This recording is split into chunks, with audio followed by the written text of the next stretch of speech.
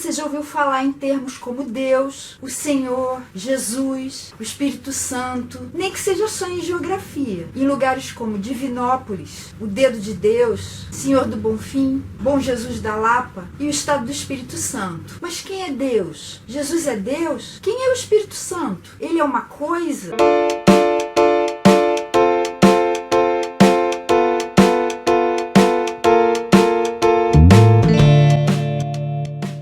A situação que a gente vê é que muita gente acha que teologia é uma coisa chata e até irreal, se for comparada à experiência com Deus. De fato é, porque a gente pode comparar a mesma diferença que existe entre você mostrar um mapa do Oceano Atlântico, que é o que a gente chama de carta náutica, a uma pessoa que já viu o oceano a partir da praia. Só que o mapa se baseia nas experiências que milhares de pessoas tiveram com o próprio oceano, descobrindo coisas importantíssimas. Pessoas que ouviram o seu rugido, sentiram o cheiro da maresia, brincaram em suas ondas, tiveram medo da ressaca, navegaram por ele, mergulharam, encontraram rochas submersas. O mapa é muito mais do que uma vista isolada e pode ser muito útil para as pessoas que ainda não tiveram nenhuma experiência com o oceano e também para outras que já tiveram uma experiência na praia, mas querem ir muito mais longe do que isso. Isso faz a gente lembrar que a vida com Deus não se limita a uma religião cheia apenas de estudos, nem se baseia somente em emoções. É vida e vida eterna. E nós precisamos chegar a algum lugar através dela, que é a verdadeira vida. E a gente não vai chegar a lugar nenhum se a gente só olhar o mapa e não entrar no mar. E também não vai ser tão proveitoso se a gente entrar no mar sem o mapa. A teologia, então, nos livra de ideias erradas. Inclusive, algumas novidades que na verdade já foram estudadas há muitos séculos e ela é muito prática. Só que existem muitas limitações na teologia, porque ela lida com verdades superiores, que vão muito além daquilo que a gente conhece aqui na nossa terra. Existe uma história que ajuda a gente a entender um pouco a respeito disso. Contam que Santo Agostinho estava caminhando na praia, perturbado com a ideia da Trindade, tentando entender aquilo, até que ele viu uma criança que tinha feito um buraquinho na areia, e toda hora ia com um baldinho até a água, pegava e jogava dentro do buraquinho, e voltava de novo, fazia isso toda hora, e aí ele perguntou o que o menino estava querendo fazer, e ele respondeu: eu quero colocar o mar aqui dentro do meu buraquinho. E Agostinho falou: ah, mas isso você nunca vai conseguir. Na mesma hora o Espírito Santo falou para ele: você não entende que o que você está tentando fazer é a mesma coisa? Deus é infinito, e a concepção a respeito dele não cabe completamente dentro da nossa mente finita. É mais ou menos como as dimensões. A primeira dimensão concebe unicamente a existência da reta. A segunda dimensão já admite a existência do plano, como por exemplo uma folha de papel. E a terceira dimensão já é mais complexa, admitindo o espaço, os objetos tridimensionais. Cada uma dessas concepções é gradativamente mais complexa do que a anterior, só que nenhuma delas despreza a que veio antes dela. Por exemplo, se você considera somente a bidimensionalidade e você tiver 6 quadrados, você vai ter somente 6 quadrados. Mas no espaço tridimensional, esses mesmos 6 quadrados podem ser rearrumados de modo a formar um cubo. A eternidade é mais ou menos assim, como se fossem novas combinações, novos arranjos, de uma forma que a nossa realidade terrena não consegue conceber, não consegue imaginar perfeitamente, mas que de fato existem. As verdades espirituais são coisas que a gente jamais poderia deduzir sozinho, mas que quando a gente encontra, faz sentido de uma certa forma, ainda que a gente não entenda completamente. Isso é o que a gente chama de revelação. E a Trindade pode ser considerada uma revelação de Deus, que mesmo não entendida perfeitamente,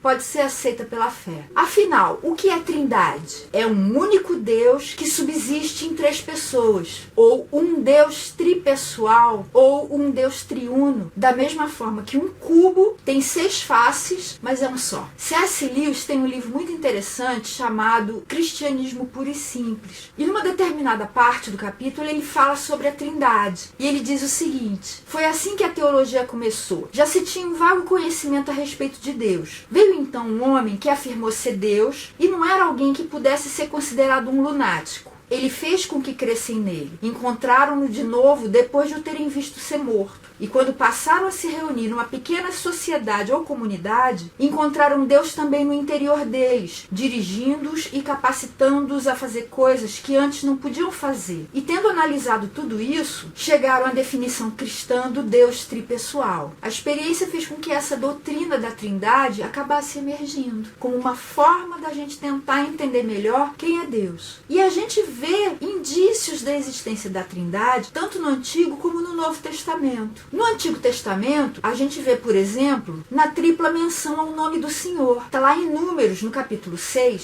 versos 24 a 26. Deus orientou Moisés a que a bênção sacerdotal que seria proferida sobre os filhos de Israel fosse assim: o Senhor te abençoe e te guarde. O Senhor faça resplandecer o seu rosto sobre ti e te conceda graça. O Senhor volte para ti o seu rosto e te dê paz. É uma tripla menção, falando no Senhor 3 vezes. Existe também a tripla menção à santidade de Deus, que aparece em Isaías 6, verso 3. Isaías teve uma visão no templo de Deus, logo no início do seu ministério, e ele viu serafins. E ele fala o seguinte a respeito desses serafins: proclamavam uns aos outros: Santo, Santo, Santo é o Senhor dos exércitos, a terra inteira está cheia da sua glória. De novo a tripla menção: Santo, Santo, Santo. Outra pista aparece no nome de Deus lá em Gênesis, durante a criação. Se você for olhar o primeiro capítulo de toda a Bíblia, está escrito assim: no princípio Deus criou os céus e a terra. Esse termo Deus, no hebraico, é Elohim. Toda palavra hebraica terminada em in é palavra plural. Elohim também é plural da palavra Eloá. Eloá é Deus. Elohim é Deus também, só que é Deus plural. A pluralidade de Deus aparece também ainda em Isaías, no capítulo 61, verso 1. Lá está escrito assim: o Espírito do Soberano, o Senhor, está sobre mim, porque o Senhor ungiu-me para levar boas notícias aos pobres. Enviou-me para cuidar dos que estão com o coração quebrantado, anunciar liberdade aos cativos e libertação das trevas aos prisioneiros. Reparou que aparecem as três pessoas aí? O Senhor, o Soberano, é Deus Pai. Esse mim que aparece aqui é Jesus. E o Espírito do Senhor aparece também. Jesus mencionou esse texto logo no início do ministério dele, mostrando como o Pai, o Filho e o Espírito Santo estão presentes nesse mesmo texto. Outra pista está na comunicação que existia durante a criação. E em Gênesis 1, os versos 26 e 27 falam assim: então disse Deus: façamos o homem à nossa imagem, conforme a nossa semelhança. Domine ele sobre os peixes do mar, sobre as aves do céu, sobre os grandes animais de toda a terra e sobre todos os pequenos animais que se movem rente ao chão. Criou Deus o homem à sua imagem, a imagem de Deus o criou. Homem e mulher os criou. Então Deus estava falando: vamos fazer a nossa imagem. E falando para si mesmo. Deus falando com Deus. Isso aparece também na queda da humanidade. No capítulo 3 de Gênesis, versos 22 e 23. Então disse o Senhor Deus: agora o homem se tornou como um de nós, conhecendo o bem e o mal. Não se deve, pois, permitir que ele tome também do fruto da árvore da vida e o coma e viva para sempre. Já pensou que tragédia a gente viver para sempre torto assim? Por isso o Senhor Deus o mandou embora do jardim do Éden para cultivar o solo do qual fora tirado. Você viu Deus falando? O homem agora é conhecedor do bem e do mal como nós. Aparece também na história da Torre de Babel, em Gênesis 11, versos 6 e 7. Na tentativa de entender a Trindade, muitas concepções errôneas acabaram surgindo. Uma delas é que fala que seriam 3 deuses. Só que Jesus reafirma que existe só um Deus. É o que está lá em Marcos 12, verso 29. Tinham perguntado para Jesus qual era o mandamento mais importante. E Jesus respondeu assim: o mais importante é este: ouça, ó Israel, o Senhor, o nosso Deus, o Senhor é o único Senhor. Jesus reafirmou: é um só Deus. Então a Trindade não pode de jeito nenhum ser 3 deuses. Outra concepção é que fala que é um Deus com 3 modos de ação. Só que em Lucas 3, versos 21 e 22, está escrito assim: quando todo o povo estava sendo batizado, também Jesus o foi. E enquanto ele estava orando, o céu se abriu, e o Espírito Santo desceu sobre ele em forma corpórea, como pomba. Então veio do céu uma voz: tu és o meu filho amado, em ti me agrado. Mostrando que não são só 3 formas de ação, são 3 pessoas sim, que existem ao mesmo tempo. Uma outra concepção errada fala que é Deus Pai, o homem Jesus e a influência essência, ou o poder, ou a força Espírito Santo.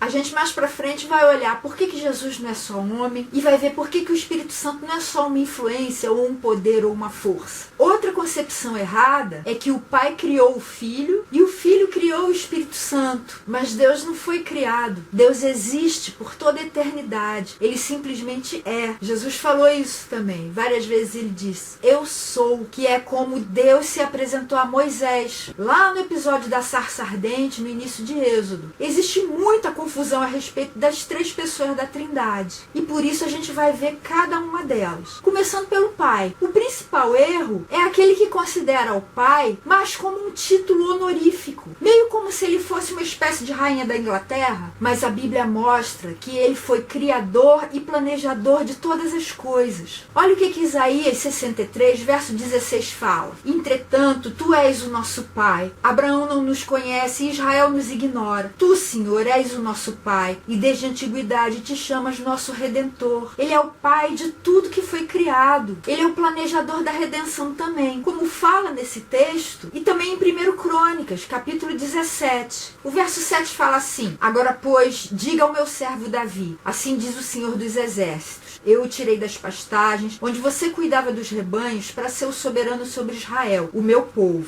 Aí Deus, nos versos 11 a 14, fala assim, quando a sua vida chegar ao fim e você se juntar aos seus antepassados, escolherei um dos seus filhos para sucedê-lo, e eu estabelecerei o reino dele. É ele que vai construir um templo para mim, e eu firmarei o trono dele para sempre. Eu serei seu pai e ele será meu filho. Nunca retirarei dele o meu amor, como retirei de Saul. Eu o farei líder do meu povo e do meu reino para sempre. Seu reinado será estabelecido para sempre. Tem gente que acha que Deus estava falando aqui sobre Salomão, mas o reinado de Salomão não foi estabelecido para sempre. Salomão não foi chamado filho de Deus, mas Jesus foi. Quando Deus está falando, eu vou escolher um dos seus filhos, está falando, eu vou escolher um dos seus descendentes. Jesus foi esse descendente. E por meio dele, não só estabeleceu um reinado para sempre, mas redimiu toda a humanidade. Deus é também planejador, Pai de toda a providência. É o que Jesus fala lá em Mateus 6, nos versos 9 e 11. Quando você orar, vá para o seu quarto, feche a porta e ore a seu Pai que está em secreto. Então seu Pai que vem em secreto o recompensará. E aí ele disse para pedir assim, dá-nos hoje o nosso pão de cada dia. Deus é o responsável pela nossa providência diária. Tudo que a gente precisa, ele providencia. Ele é Pai dos espíritos também. Olha o que fala Hebreus 12, verso 9. Além disso, tínhamos pais humanos que nos disciplinavam e nós os respeitávamos. Quanto mais devemos submeter-nos ao Pai dos espíritos, para assim vivermos. Ele é Pai de Jesus. Salmo 2, verso 7. Proclamarei o decreto do Senhor. Ele me disse, tu és meu filho, eu hoje te gerei. Jesus não foi criado, ele foi gerado. A diferença entre algo gerado e algo criado é que o que é gerado tem exatamente a mesma essência daquele que o gerou. E o que foi criado não. Os meus filhos têm a mesma essência que eu tenho. As roupas que eu faço, ou os desenhos que eu faço, ou as fotos que eu bato, não tem. São criações minhas, mas não são meus filhos. E ele é o Pai dos crentes também. Deuteronômio 32, verso 6 fala assim, é assim que retribuem ao Senhor, povo insensato e ignorante. Não é ele o Pai de vocês, o seu Criador, que os fez e os formou? E João, no primeiro capítulo do livro dele, fala assim nos versos 11 e 12 a respeito de Jesus. Veio para o que era seu, mas os seus não o receberam. Contudo, aos que o receberam, aos que creram em seu nome, deu-lhes o direito de se tornarem filhos de Deus. Ele é filho gerado, nós somos filhos adotados. E Jesus é o nosso irmão mais velho. Glória a Deus. A segunda pessoa da Trindade é Jesus, o Filho, que também tem algumas concepções a respeito dele. Uma delas é a que diz que Jesus era apenas humano, um grande mestre da moral. Mas se você pensar muito bem, para que mais um? Mesmo que ele seja o maior de todos, a gente não consegue nem seguir o que disseram os menores mestres. Ou então dizem que ele foi só divino, não era humano. Ou seja, ele era uma aparição, era um espírito que apareceu aqui. Sobre o fato dele não ser Deus, olha o que Isaías fala no capítulo 9, verso 6. Essa profecia fala a respeito do nascimento do Messias e diz assim, porque um menino nos nasceu, um filho nos foi dado, e o governo está sobre os seus ombros, e ele será chamado Maravilhoso Conselheiro, Deus Poderoso, Pai Eterno, Príncipe da Paz. Ele foi muito mais do do que só um ser humano. Ele foi Deus encarnado e ele era totalmente humano. Olha o que João fala no primeiro capítulo do seu evangelho, verso 14. Aquele que é a palavra tornou-se carne, tornou-se gente e viveu entre nós. Vimos a sua glória, glória como do unigênito vindo do Pai, cheio de graça e de verdade. João viu, ele foi testemunha ocular e se preocupou em registrar tudo que ele viu e que era importante para a nossa salvação, para a gente ter certeza de que Deus se tornou gente aqui no evangelho dele. Se você nunca leu, dá uma lida. Ele não foi nem um espírito ou aparição, nem só humano. Jesus nasceu quando o imperador romano ordenou o primeiro recenseamento do seu império, durante o governo de Quirino na Síria, em Belém da Judéia, de uma mulher chamada Maria, moradora de Nazaré, onde ele foi criado. Jesus foi um personagem histórico, teve endereço e teve data de nascimento. Isso tudo está lá em Lucas, nos capítulos 1 e 2. Dá uma olhada lá. Jesus era alguém humano também porque sentia fome. Mateus 4,2 fala assim: depois de jejuar 40 dias e 40 noites, teve fome. O capítulo 21, verso 18 também. De manhã cedo, quando voltava para a cidade, Jesus teve fome. Ele sentia cansaço também. Olha o que João fala no capítulo 4, verso 6. Havia ali o poço de Jacó. Jesus, cansado da viagem, sentou-se à beira do poço. Isso se deu por volta do meio-dia. Jesus comia. Mateus 11:19. Veio o Filho do Homem comendo e bebendo e dizem: aí está um comilão e beberrão, amigo de publicanos e pecadores. Mas a sabedoria é comprovada pelas obras que a acompanham. Jesus dormia também. Mateus 8:24.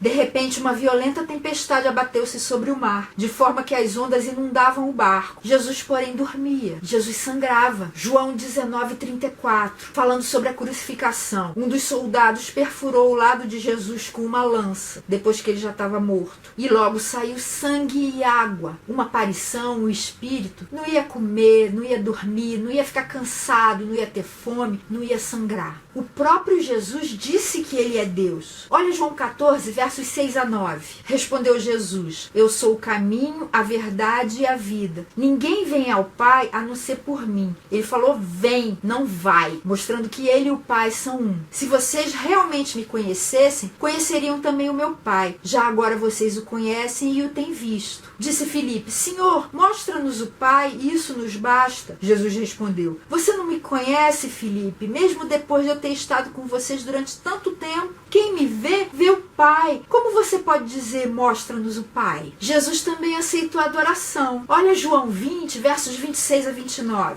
Uma semana mais tarde, os seus discípulos estavam outra vez ali, e Tomé com eles. Apesar de estarem trancadas as portas, Jesus entrou, pôs-se no meio deles e disse: Paz seja com vocês. E Jesus disse a Tomé: coloque o seu dedo aqui, veja as minhas mãos, estenda a mão e coloque-a no meu lado. Pare de duvidar e creia. Disse-lhe Tomé: Senhor meu e Deus meu. Então Jesus lhe disse: porque me viu, você creu? Felizes os que não viram e creram. Se Jesus não fosse Deus e tivesse aceitado a adoração, ele teria sido um ser desprezível, porque ele estaria aceitando algo que só é devido a Deus. E Jesus morreu justamente por causa de suas declarações a respeito da sua divindade. Olha o que Marcos fala no capítulo 14, versos 61 a 65. Jesus permaneceu em silêncio e nada respondeu. Ele estava sendo interrogado pelo sumo sacerdote no Sinédrio. Outra vez o sumo sacerdote lhe perguntou: você é o Cristo, o Filho do Deus bendito? Sou, disse Jesus. E vereis o Filho do Homem assentado à direita do Poderoso, vindo com as nuvens do céu. O sumo sacerdote, rasgando as próprias vestes, perguntou: por que precisamos de mais testemunhas? Vocês ouviram a blasfêmia? Que acham? Todos o julgaram digno de morte. Então alguns começaram a cuspir nele, vendaram os olhos e dando-lhe murros diziam: profetiza. E os guardas o levaram dando-lhe tapas, e ele foi entregue a Pilatos e depois disso foi crucificado. Se Jesus não fosse Deus, ele só poderia ser ou louco, ou mentiroso, ou burro, porque ele morreu por causa dessas declarações. Não teria sido muito mais fácil não falar nada disso, ou negar o que ele tinha dito? Mas ele não negou e foi até o fim, porque ele é de fato Deus encarnado para a nossa salvação. Ele nunca poderia ser considerado mentiroso, porque ele próprio pregou a verdade. Olha o que está em Mateus 5, versos 33 a 37. Vocês também ouviram o que foi dito aos seus antepassados: não jure falsamente, publicamente, mas cumpra os juramentos que você fez diante do Senhor. Mas eu lhes digo, não jurem de forma alguma, nem pelos céus, porque é o trono de Deus, nem pela terra, porque é o estrado dos seus pés, nem por Jerusalém, porque é a cidade do grande rei. E não jure pela sua cabeça, pois você não pode tornar branco ou preto nem um fio de cabelo. Seja o seu sim, sim, e o seu não, não. O que passa disso vem do maligno. E em João 8, versos 31 e 32, ele disse assim: disse Jesus aos judeus que haviam crido nele: se vocês permanecerem firmes na minha palavra, verdadeiramente serão meus discípulos, e conhecerão a verdade, e a verdade os libertará. Como alguém que prega a verdade pode ser mentiroso? Ele também não era louco, não era lunático, mas pelo contrário, tinha uma mente penetrante, lúcida, sábia. No Evangelho de Mateus, no capítulo 22, os versos 15 a 22 mostram uma história em que os inimigos de Jesus estavam tentando pegar ele em alguma contradição. Então os fariseus saíram e começaram a planejar um meio de enredá-lo em suas próprias palavras. Enviaram-lhe seus discípulos junto com os herodianos, que lhe disseram: mestre, sabemos que és íntegro e que ensinas o caminho de Deus conforme a verdade. Tu não te deixas influenciar por ninguém, porque não te prendes à aparência dos homens. Dize-nos, pois, qual é a tua opinião? É certo pagar imposto a César ou não? Porque se Jesus dissesse que sim, ele ia ficar mal com os judeus, que achavam isso um absurdo. E se ele dissesse que não, ele poderia ser acusado de insurreição, de rebelião contra Roma. Mas Jesus, percebendo a má intenção deles, perguntou: hipócritas, por que vocês estão me pondo à prova? Mostrem-me a moeda usada para pagar o imposto. Eles lhe mostraram um denário, e ele lhes perguntou: de quem é essa imagem e essa inscrição? De César, responderam eles. E ele lhes disse: então deem a César o que é de César, e a Deus o que é de Deus. Ao ouvirem isso, eles ficaram admirados, e deixando-o, retiraram-se. Como um louco poderia dar uma resposta dessas? Veja também tudo que Jesus predisse a respeito da sua morte e ressurreição, a respeito da fundação da sua igreja, a respeito da destruição de Jerusalém, e tudo se cumpriu. Um louco não faria isso. Então, se ele não era mentiroso, se ele não era lunático, ele só pode ser o Senhor, que veio para nos dar vida. É o que João fala perto do fim do seu evangelho, no capítulo 20, versos 30 e 31. Jesus realizou na presença dos seus discípulos muitos outros sinais milagrosos que não estão registrados nesse livro, mas estes foram escritos para que vocês creiam que Jesus é o Cristo, o Filho de Deus, e crendo tenham vida em seu nome. E uma coisa muito interessante é que o mundo sobrenatural é cheio de mistério para nós, povoado por seres que a gente não consegue ver e que geralmente a gente não compreende. Se você quiser saber um pouquinho mais a respeito disso, dá uma olhadinha no vídeo sobre a autoridade e submissão que eu já postei. Alguns desses seres são anjos, que têm diferentes hierarquias: arcanjos, serafins, querubins, e alguns deles são até mencionados na Bíblia, como Gabriel, que aparece em Daniel, capítulo 8, verso 16, capítulo 9, verso 21 também, e em Lucas, no capítulo 1, versos 19 e 26. E também Miguel, que também aparece no livro de Daniel, no capítulo 10, versos 13 e 21, no capítulo 12, verso 1 também, em Judas, no verso 9, e em Apocalipse, capítulo 12, verso 7. Os anjos têm um papel no universo e têm papel também em relação à Trindade. Foram criados por Deus. Isso está no Salmo 148, nos versos 1 a 5. Aleluia! Louvem o Senhor desde os céus, louvem-no nas alturas, louvem-no todos os seus anjos, louvem-no todos os seus exércitos celestiais, louvem-no sol e lua, louvem-no todas as estrelas cintilantes, louvem-no os mais altos céus e as águas acima do firmamento, louvem todos eles o nome do Senhor, pois ordenou e eles foram criados. Os anjos são mais poderosos do que nós. Está no Salmo 8, versos 4 e 5. Que é o homem para que com ele te importes? E o filho do homem para que com ele te preocupes? Tu o fizeste um pouco menor do que os seres celestiais e o coroaste de glória e de honra. Nós somos um pouco menores do que os anjos, ou seja, eles têm mais poder do que a gente. São ministros de Deus a nosso favor. Hebreus 1,14. Os anjos não são, todos eles, espíritos ministradores enviados para servir aqueles que hão de herdar a salvação? Eles podem pecar. 2 de Pedro 2,4.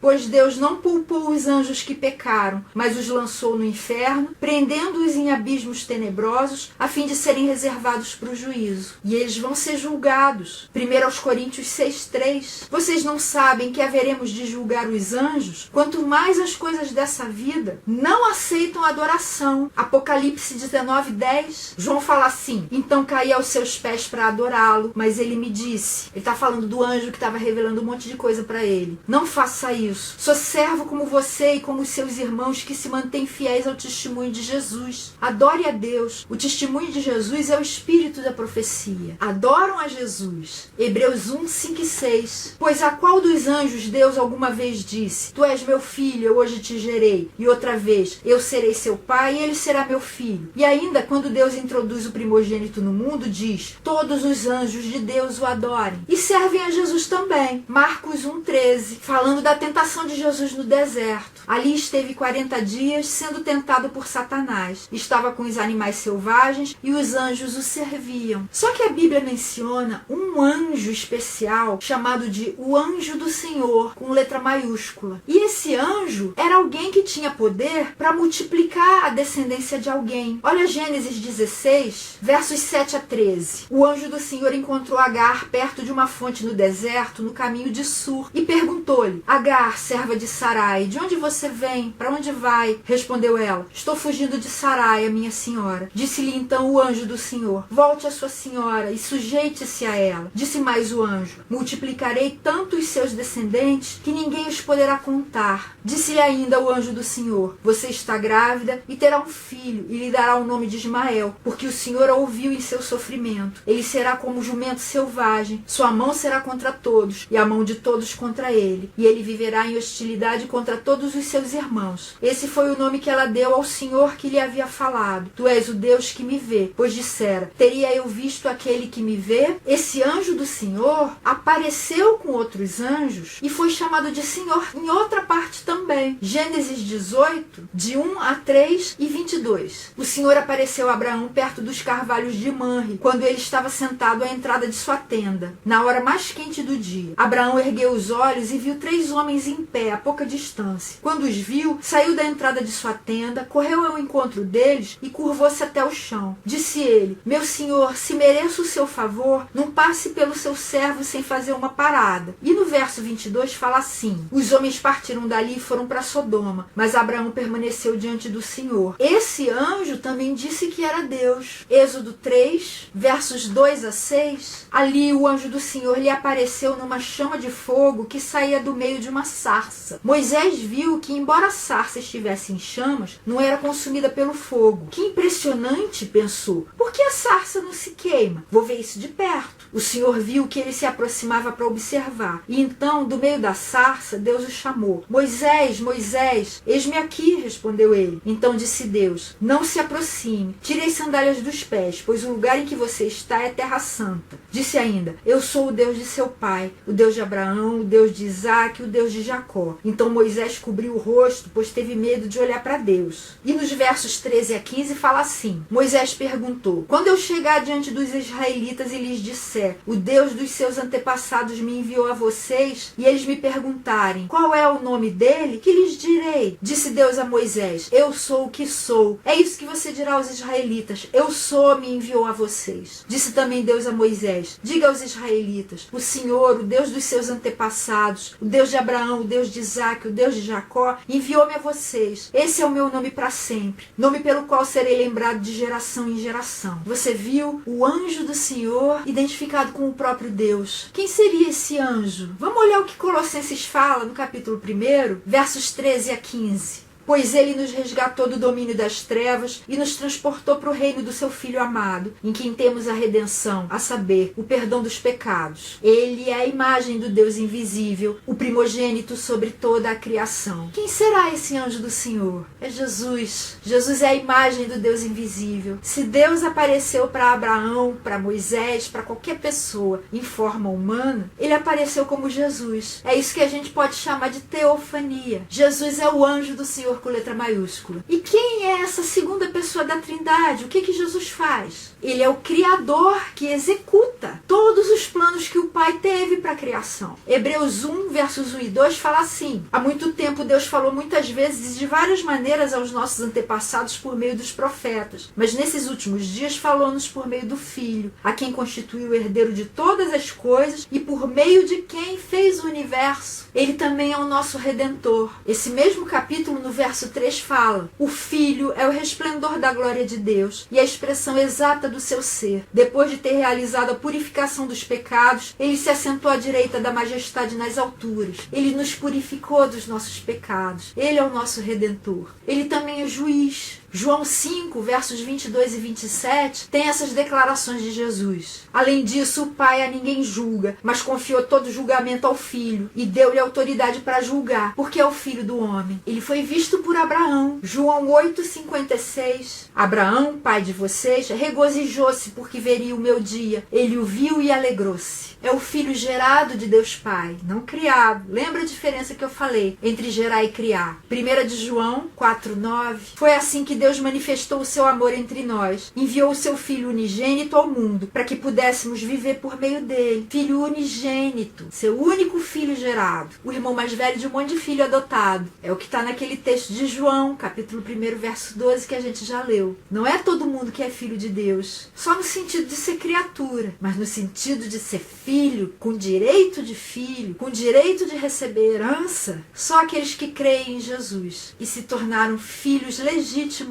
de Deus, ao mesmo tempo divino e humano. Lucas 1, de 31 a 35. Olha o que o arcanjo Gabriel falou para Maria. Você ficará grávida e dará à luz um filho e lhe porá o nome de Jesus. Ele será grande e será chamado Filho do Altíssimo. O Senhor Deus lhe dará o trono de seu pai Davi, aquela promessa que está lá em Crônicas. E ele reinará para sempre sobre o povo de Jacó. Seu reino jamais terá fim. Perguntou Maria ao anjo: como acontecerá isso se sou virgem? O anjo respondeu: o Espírito Santo virá sobre você e o poder do Altíssimo a cobrirá com a sua sombra. Assim, aquele que há de nascer será chamado Santo, Filho de Deus. Ele é o Filho de Deus eterno, que foi gerado por Deus no ventre de Maria também. Essa é a segunda pessoa da Trindade. Esse é Jesus, nosso Deus, nosso Senhor, nosso Salvador. E agora a terceira pessoa, o Espírito Santo, que geralmente não tem a divindade questionada. O problema é que muitos de nós achamos que ele é só uma força, uma influência, uma energia, um poder. Talvez esse erro seja resultado da atuação dele ter sido comparada ao vento. Olha João 3,8. O vento sopra onde quer. Você o escuta, mas não pode dizer de onde vem nem para onde vai. Assim acontece com todos os nascidos do Espírito. E lá em Atos, no capítulo 2... quando o Espírito Santo desceu sobre os discípulos, o verso 2 fala assim: de repente veio do céu um som como de um vento muito forte e encheu toda a casa na qual estavam assentados. Aí tem gente que pensa: o Espírito Santo é um vento. Ou então um sopro. Lá em João, no capítulo 20, verso 22, está escrito assim: Jesus soprou sobre eles e disse: recebam o Espírito Santo. Aí pensam: é um vento, é um sopro. E nesse mesmo texto lá de Atos 2, o verso 3 continua falando assim: viram o que parecia línguas de fogo que se separaram e pousaram sobre cada um deles. Aí pensam: é um fogo. E aí as pessoas pensam: um sopro, um vento, um fogo. Não pode ser uma pessoa, só pode ser uma força, um poder. Só que a Bíblia mostra que o Espírito Santo tem sentimentos. Olha Isaías 63:10. Apesar disso, eles se revoltaram e entristeceram o seu Espírito Santo. Por isso ele se tornou inimigo deles e lutou pessoalmente contra eles. Como é que o vento vai se entristecer? Efésios 4:30 também fala isso. Não entristeçam o Espírito Santo de Deus, com o qual vocês foram selados para o dia da redenção. Tiago 4:5 fala assim: ou vocês acham que é sem razão que a Escritura diz que o Espírito que ele fez habitar em nós tem fortes ciúmes? Um vento que se entristece, um fogo ciumento, ele ama também. Olha o que está em Romanos 15:30. Recomendo-lhes, irmãos, por nosso Senhor Jesus Cristo e pelo amor do Espírito, que se unam a mim em minha luta, orando a Deus em meu favor. Ele ama, ele tem empatia com a gente. Romanos 8, 26 e 27. Da mesma forma, o Espírito nos ajuda em nossa fraqueza, pois não sabemos como orar, mas o próprio Espírito intercede por nós com gemidos inexprimíveis. E aquele que sonda os corações conhece a intenção do Espírito, porque o Espírito intercede pelos santos de acordo com a vontade de Deus. Ele tem vontade. Atos 16:7. Quando chegaram à fronteira da Mísia, tentaram entrar na Bitínia, mas o Espírito de Jesus os impediu. E 1 Coríntios 12:11 fala assim: todas essas coisas, porém, são realizadas pelo mesmo e único Espírito, e ele as distribui individualmente a cada um como quer. Ele tem vontade. Ele pensa. Romanos 8:27, que a gente já leu, que fala sobre a intenção do Espírito, a mente do Espírito. O Espírito Santo ensina também. Jesus disse isso em João 14:26. Mas o conselheiro, o Espírito Santo, que o Pai enviará em meu nome, lhes ensinará todas as coisas e lhes fará lembrar tudo o que eu lhes disse. 1 Coríntios 2:13 fala assim: delas também falamos, não com palavras ensinadas pela sabedoria humana, mas com palavras ensinadas pelo Espírito, interpretando verdades espirituais para os que são espirituais. Então, se você não consegue entender muito bem como seria o Espírito Santo, quem ele seria, você pode até pensar nele como um vento, ou como um fogo, ou como um sopro. Mas pense num vento que sente, um fogo que fala, um sopro que ama. Qual é a ação dele mostrada na Bíblia? É o Criador que dá vida. Salmo 104:30. Quando sopras o teu fôlego, eles são criados e renovas a face da terra. Ele mantém a vida. E lá em Gênesis, o capítulo 2, fala assim no verso 7. Então o Senhor Deus formou o homem do pó da terra e soprou em suas narinas o fôlego de vida. E o homem se tornou um ser vivente. O Espírito Santo é esse sopro de vida que nos foi dado por Deus e que, enquanto continua conosco, nos mantém vivos. Ele inspira pessoas também. Êxodo 31, versos 2 e 3. Eu escolhi Bezalel, filho de Uri, filho de Ur, da tribo de Judá, e o enchi do Espírito de Deus. Você tem algum dom, algum talento maravilhoso? Foi o Espírito Santo que te deu. Ele guia a igreja. João 16, versos 13 e 14. Quando o Espírito da verdade vier, ele os guiará a toda a verdade. Não falará de si mesmo, falará apenas o que ouvir e lhes anunciará o que está por vir, guiando a cada um de nós individualmente e como corpo de Jesus, como sua igreja. Ele produz fruto em nós também, transformando o nosso caráter. Gálatas 5, 22 e 23. O fruto do Espírito é amor, alegria, paz, paciência, amabilidade, bondade, fidelidade, mansidão e domínio próprio.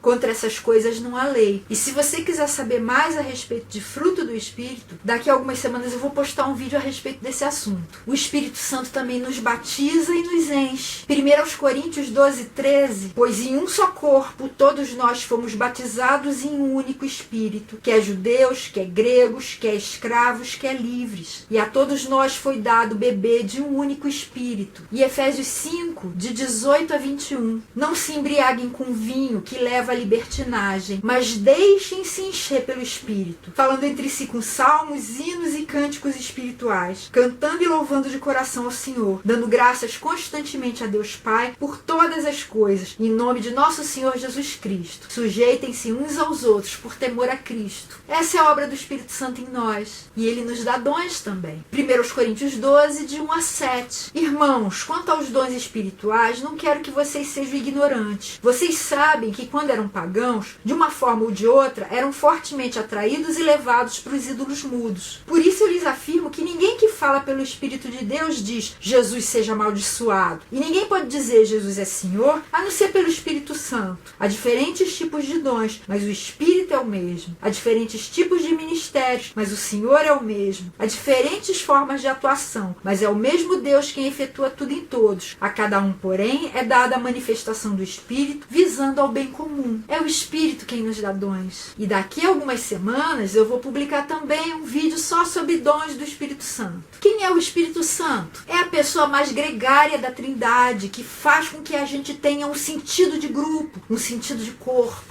É Ele que sustenta a matéria viva. Jó 34, 14 e 15 fala assim: se fosse intenção dele e de fato retirasse o seu espírito e o seu sopro, a humanidade pereceria toda de uma vez e o homem voltaria ao pó. É Ele que dá vida pra gente, nos mantém de pé. É Ele que unifica toda a vida da igreja. É esse texto de 1 Coríntios 12, verso 7 que a gente já leu, e também o verso 11. Todas essas coisas são realizadas pelo mesmo e único Espírito, e Ele as distribui individualmente a cada um como quer. Em relação a Jesus, a obra do Espírito Santo foi gerando no ventre de Maria, que é esse texto de Lucas 1,35 que a gente já leu. O Espírito Santo também o ungiu. É isso que está lá em Lucas capítulo 4, verso 1. Jesus, cheio do Espírito Santo, voltou do Jordão e foi levado pelo Espírito ao deserto. O Espírito Santo também dá testemunho de Jesus. João 15, 26. Quando vier o Conselheiro, que eu enviarei a vocês da parte do Pai, o Espírito da verdade que provém do Pai, ele testemunhará a meu respeito. Ele também ressuscitou a Jesus. Romanos 8, 11. E se o Espírito daquele que ressuscitou Jesus dentre os mortos habita em vocês, aquele que ressuscitou a Cristo dentre os mortos também dará vida a seus corpos mortais por meio do seu Espírito que habita em vocês. Ele também vai nos ressuscitar. Ele grava os mandamentos de Jesus na mente dos seus discípulos. Atos 1, 1 e 2. Em meu livro anterior, Teófilo, escrevi a respeito de tudo que Jesus começou a fazer e a ensinar, até o dia em que foi elevado aos céus, depois de ter dado instruções por meio do Espírito Santo aos apóstolos que havia escolhido. Como é possível alguém lembrar com tantos detalhes as coisas que Jesus falou, as coisas que Jesus fez, discursos inteiros que a gente vê, por exemplo, no Evangelho de João? Isso tudo é obra do Espírito Santo. Em relação à Bíblia, foi o Espírito Santo que a inspirou. 2 de Pedro 1, 20 e 21. Antes de mais nada, saibam que nenhuma profecia da Escritura provém de interpretação pessoal, pois jamais a profecia teve origem na vontade humana, mas homens falaram da parte de Deus, impelidos pelo Espírito Santo. Uma outra versão fala, inspirados pelo Espírito Santo. É Ele também que nos ilumina para que a gente consiga interpretar a Bíblia em busca da verdade. 1 de João 2, 27. Quanto a vocês, a unção que receberam dele permanece em vocês, e não precisam que alguém os ensine, mas como a unção dele recebida, que é verdadeira e não falsa, os ensina acerca de todas as coisas, permaneçam nele como ele os ensinou. Ele ajuda a gente a lembrar da Bíblia também. João 14, 26. Mas o Conselheiro, o Espírito Santo, que o Pai enviará em meu nome, lhes ensinará todas as coisas e lhes fará lembrar tudo o que eu lhes disse. Em relação ao mundo, o Espírito Santo trabalha em toda a terra. Apocalipse 5, 6. Depois vi um cordeiro que parecia ter estado morto, em pé, no centro do trono, cercado pelos 4 seres viventes e pelos anciãos. Ele tinha 7 chifres e 7 olhos, que são os 7 Espíritos de Deus enviados a toda a terra. É ele que detém o poder do anticristo. Segundo aos Tessalonicenses 2, 6 a 8. E agora vocês sabem o que o está detendo, para que ele seja revelado no seu devido tempo. A verdade é que o mistério da iniquidade já está em ação, restando apenas que seja afastado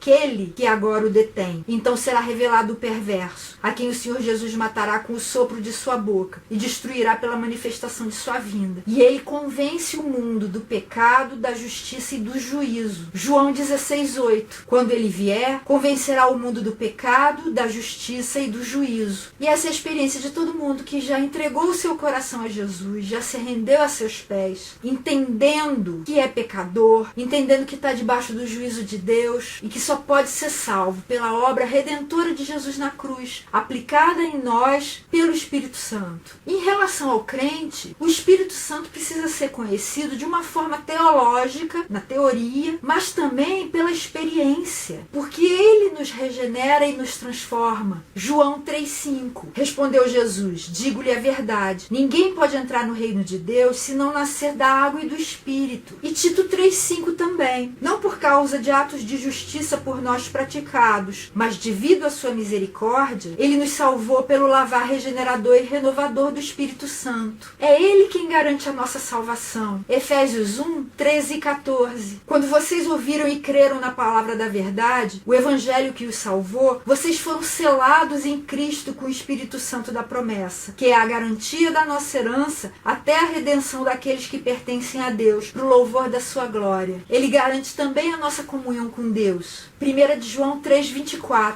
Os que obedecem aos seus mandamentos nele permanecem, e ele neles. Do seguinte modo sabemos que ele permanece em nós, pelo Espírito que nos deu. Ele garante a nossa filiação com Deus. Romanos 8,16. O próprio Espírito testemunha ao nosso espírito que somos filhos de Deus. Ele nos dá acesso ao Pai. João 4,24. Deus é Espírito, e é necessário que os seus adoradores o adorem em espírito e em verdade. Ele nos dá a mente de Cristo. 1 Coríntios 2, 14 e 15. Quem não tem o Espírito não aceita as coisas que vêm do Espírito de Deus, pois lhes são loucura, e não é capaz de entendê-las, porque elas são discernidas espiritualmente. Mas quem é espiritual discerne todas as coisas, e ele mesmo por ninguém é discernido. Ele intercede por nós na oração, a gente já viu esse texto. Romanos 8, 26. Da mesma forma, o Espírito nos ajuda em nossa fraqueza, pois não sabemos como orar, mas o próprio Espírito intercede por nós com gemidos inexprimíveis. Ele nos consola, João 14, 16. E eu pedirei ao Pai, e ele lhes dará outro conselheiro para estar com vocês para sempre. Uma outra versão fala, um outro consolador. Ele nos inunda de amor, Romanos 5, 5. A esperança não nos decepciona, porque Deus derramou seu amor em nossos corações, por meio do Espírito Santo que ele nos concedeu. Nos inunda de alegria também. 1 Tessalonicenses 1, 6. De fato, vocês se tornaram nossos imitadores do Senhor, pois apesar de muito sofrimento, receberam a palavra com a alegria que vem do Espírito Santo. Ele nos dá vida e paz. Romanos 8, 6. A mentalidade da carne é morte, mas a mentalidade do Espírito é vida e paz. Ele nos conduz à imagem de Cristo, segundo aos Coríntios 3,18. E todos nós, que com a face descoberta contemplamos a glória do Senhor, segundo a sua imagem estamos sendo transformados com glória cada vez maior, a qual vem do Senhor, que é o Espírito. E ele faz de nós, individualmente, seu santuário. 1 Coríntios 6,19.